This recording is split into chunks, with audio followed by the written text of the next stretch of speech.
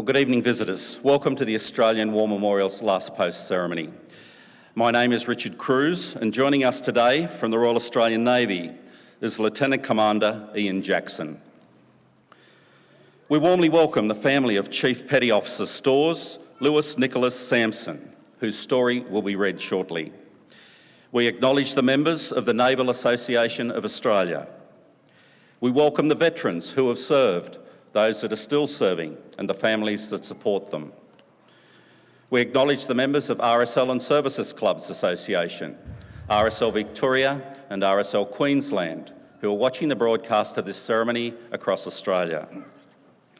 During this evening's ceremony, wreaths will be laid at the base of the Pool of Reflection by family and visitors. Could I ask you to please stand and join in singing the National Anthem?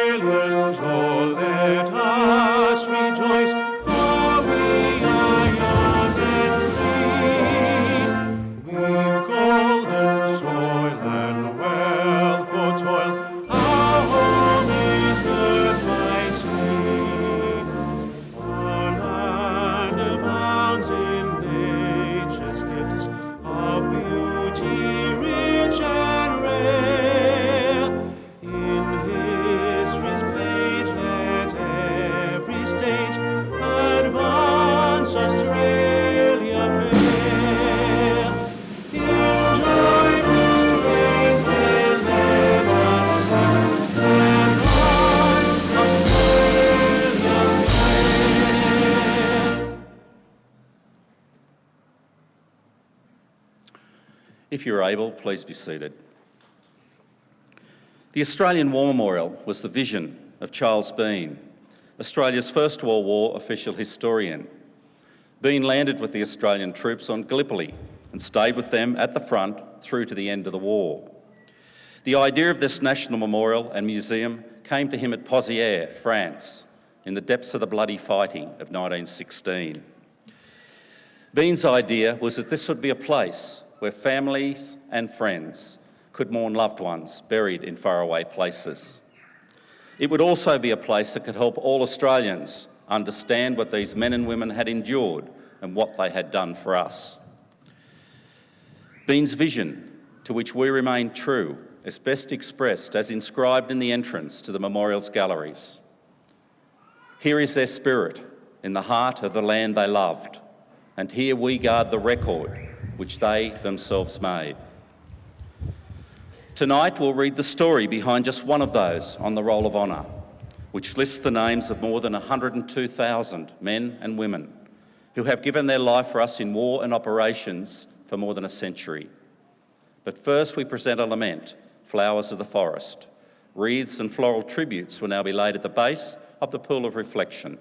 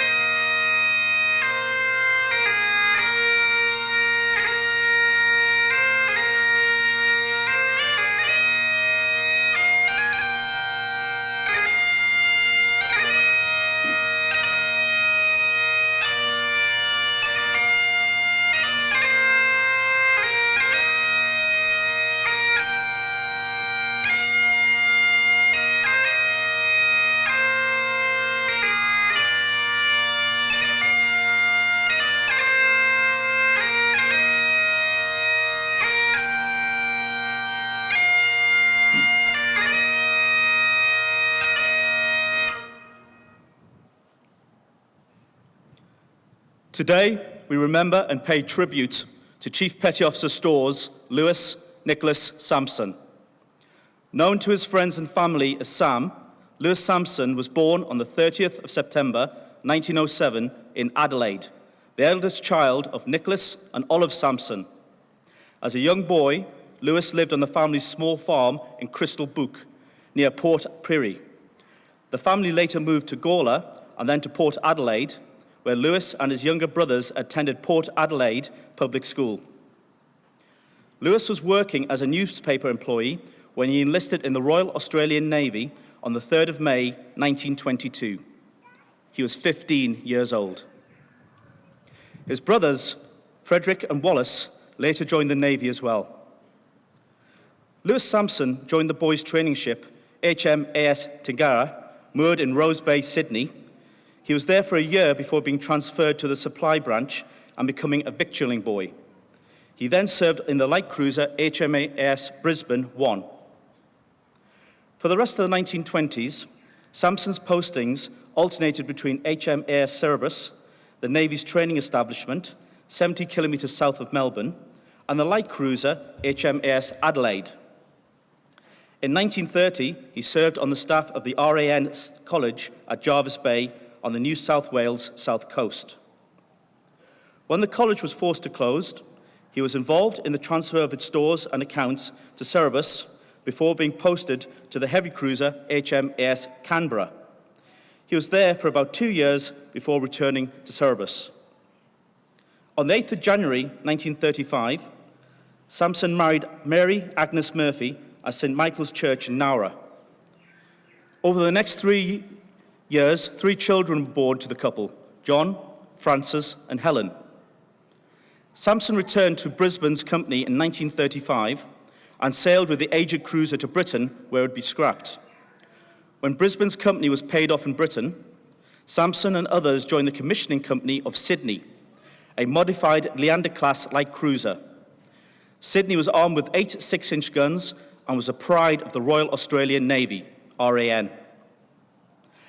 After a further period at Cerberus and a brief posting to the seaplane tender HMAS Albatross, Sampson returned to Sydney in July 1938. Following the outbreak of the Second World War, Sydney was one of several Australian ships sent to the Mediterranean. It demonstrated its fighting prowess, sinking the Italian cruiser Bartolomeo Colonnini in the Battle of Cape Spada on the 19th of July, 1940. Returning home to Australia in 1941, Sydney received a hero's welcome. Sampson was also an accomplished sketch artist. During Sydney's visit to Geraldton, Western Australia, in mid-October 1941, he produced a chalk drawing of Sydney, which was presented to the Sergeant's Mess at the Royal Australian Air Force Station. The sketch was captioned, "Good luck to the Airboys," and was signed by 14 of Sydney's petty officers, including Sampson. On the 19th of November, Sydney was steaming back to Fremantle after escorting a troop ship part of the way to Singapore. At about 4 p.m., the cruiser spotted a suspicious merchant ship and decided to investigate. By 5:30 p.m., Sydney had drawn alongside the vessel, which suddenly revealed its true identity as a German raider. Hoisting the German naval ensign, Cormoran fired its guns and torpedoes. The first salvo slammed into Sydney's bridge. The Australian cruiser returned fire, but the raider's second and third salvos again hit Sydney's bridge and amidships. Its 3 main turrets were soon out of action, but a fourth kept firing fast and accurate fire that hit Cormoran's funnel and engine room. Sydney was hit by a torpedo between turrets. Mortally damaged in a blaze, Sydney turned away from the raider, continuing to fight using its secondary armament and torpedoes. Cormoran was also burning. At 6:25 p.m., its captain gave the order to abandon ship. As the German sailors evacuated their stricken vessel, they watched the Australian cruiser, now but a distant glow on the horizon, disappear into the night. By midnight, Sydney was gone, lost with all 645 hands, including Sampson. He was 34 years old. Lewis Sampson is commemorated at the Plymouth Naval Memorial in Britain. His name is also listed on the Roll of Honour to your right, along with around more than 40,000 others from the Second World War. His photograph is displayed beside the pool of reflection. This is but one of the many stories of the service and sacrifice told here at the Australian War Memorial. We now remember Chief Petty Officer Stores Lewis Nicholas Sampson, who gave his life for us, for our freedoms, and in the hope of a better world.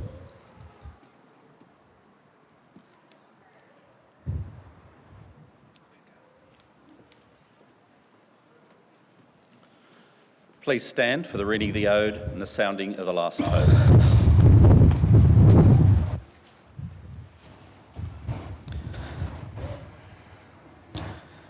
They have no grave but the cruel sea. No flowers lie at their heads. A rusting hulk is their tombstone, a fast set on the ocean bed. They shall not grow old, as we who are left shall grow old.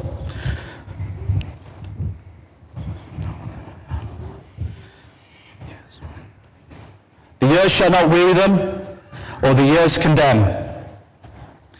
At the going down of the sun, and in the morning, we will remember them. We will remember them.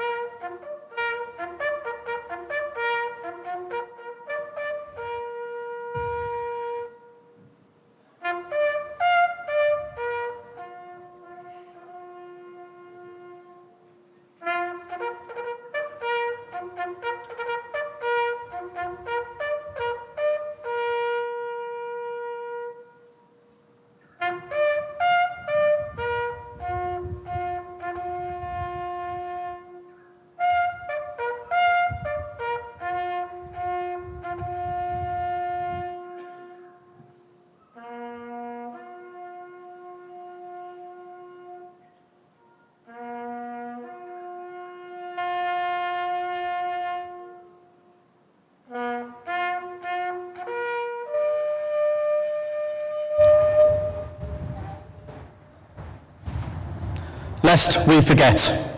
Lest we forget.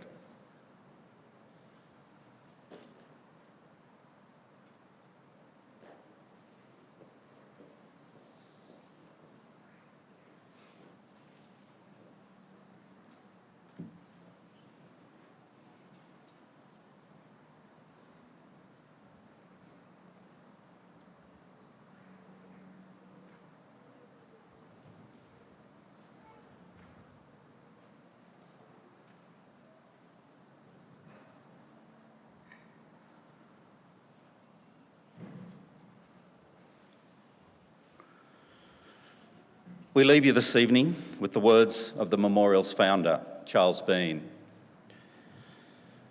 Many a man lying out there at Pozières or in the low scrub at Gallipoli, with his poor, tired senses barely working through the fever of his brain, has thought in his last moments, well, it's over. But in Australia, they will be proud of this.